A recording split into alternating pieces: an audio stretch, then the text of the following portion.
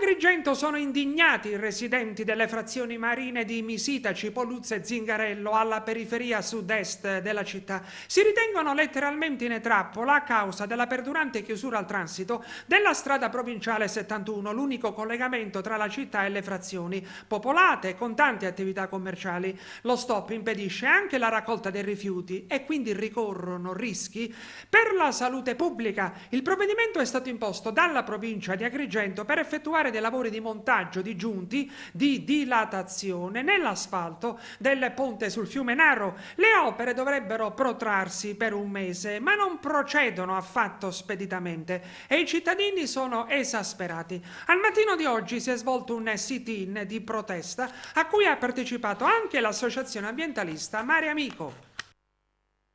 Oggi stiamo manifestando, tutta la comunità di Zingarello, Misita, Cipolluzze, perché praticamente siamo veramente stupefatti, indignati per come stanno conducendo e gestendo i lavori su questo ponte.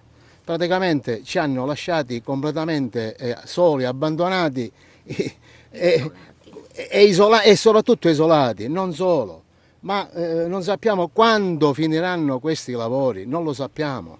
Allora, questa è stata una delle prime domande che ho fatto all'ingegnere Rizzo il giorno in cui mi sono ritrovata ad uscire da casa la mattina alle 9 e rientrare a casa a mezzogiorno e trovare una persona là che non mi sapeva spiegare per quale motivo la strada era interrotta.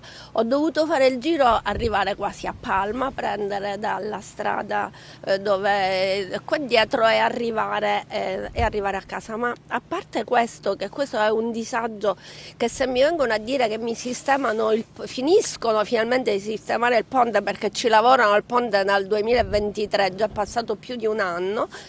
Lo potrei anche accettare se mi dicessero guarda mancano una settimana, 2 settimane, ma è da 10 giorni che questo ponte è chiuso e sono 10 giorni che noi assistiamo a un botta e risposta tra noi che chiediamo alla provincia che dice una cosa e il comune che ne dice un'altra, noi che chiediamo al sindaco di intervenire in nostra tutela perché siamo veramente isolati e noi dobbiamo fare almeno 60 km al giorno, 4 volte al giorno sali e scendi, con i rischi che ci sono. Mi sono dovuto ritrasferire in città perché avendo un ragazzino di 16 anni che viaggia con la moto, purtroppo per andare a scuola non posso farlo rischiare di prendere una strada, voglio dire, altamente trafficata come la 115.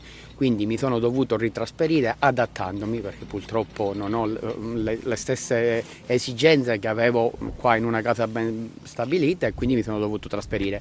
Ma la cosa notevole è che quando si progetta qualcosa si sa l'inizio, si sa la fine, ma soprattutto si sa, voglio dire, come viene strutturata una stratificazione di un ponte. Quindi andare a finire un ponte, perché era finito il ponte, andarlo a riaprire per fare i lavori, non solo non si massimizzano un po' quelli che sono i costi, ma creano un disagio notevole a chi comunque abita in queste case. Questi lavori, come si fanno in tutto il mondo, si possono fare a strada aperta, cioè con un senso unico alternato. Qui non si è fatta questa scelta e questa è una cosa semplicemente assurda. E poi la cosa principale, non ci è stata data un termine di fine lavori. Noi chiediamo l'apertura a doppio senso di marcia subito, immediatamente, e la fine dei lavori con una data certa. Questo fino ad oggi non ci è stato detto. Il problema è che ancora neanche la provincia sa quello che deve fare, fanno degli avanzamenti di lavori senza nessun termine di arrivo. Noi abbiamo bisogno di certezze